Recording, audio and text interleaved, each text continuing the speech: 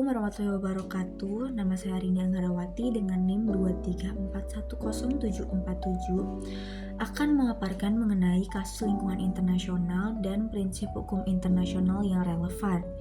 Di sini saya akan memaparkan tentang kasus pencemaran plastik di laut. Organisasi lingkungan terbesar dunia, World Wide Fund for Nature atau WWF mengatakan bahwa sampah plastik telah mengotori semua lautan dan menyerukan upaya mendesak untuk membuat perjanjian internasional tentang plastik. Menurut sebuah laporan baru yang diterbitkan oleh WWF, 88% spesies laut telah terpengaruh oleh kontaminasi plastik yang parah di lautan. Laporan tersebut menambahkan, banyak organisme laut telah menelan plastik ini, termasuk hewan laut yang biasa dikonsumsi oleh manusia. Laporan yang disusun bekerjasama dengan Institut Alfred Wegener di Jerman mengumpulkan data dari 2.590 studi ilmiah yang mengukur dampak plastik dan mikroplastik di laut. Dilaporkan, ada pulau plastik raksasa yang terdiri dari potongan-potongan plastik yang mengapung yang telah ditemukan di Samudra Atlantik dan Pasifik.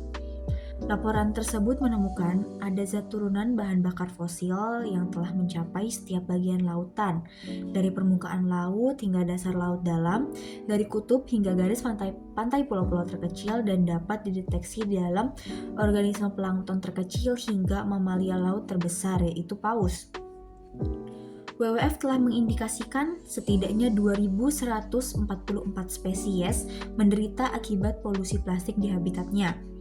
Sejumlah spesies akhirnya juga menelan sampah plastik tersebut dengan rincian kasus konsumsi sampah plastik pada 90% burung laut dan 52% penyu laut, menurut laporan itu. Laporan WWF tersebut juga memperkirakan produksi plastik akan berlipat ganda pada tahun 2040 dan berpotensi menyebabkan peningkatan 4 kali lipat sampah plastik di lautan serta akan mencemari area dengan luas 2,5 kali ukuran Greenland. Prinsip hukum lingkungan internasional yang relevan dalam kasus ini yaitu Common but Differential Responsibilities and Common Concern of Humankind. Di dalam perbedaan kontribusi pada penurunan kualitas lingkungan global, negara memiliki tanggung jawab bersama, tetapi berbeda-beda sesuai dengan perusahaan yang ditimbulkannya.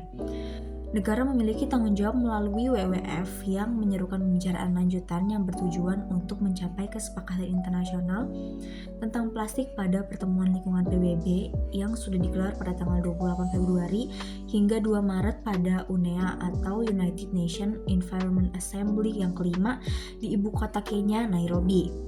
Pertemuan ini menghasilkan 14 resolusi, diantaranya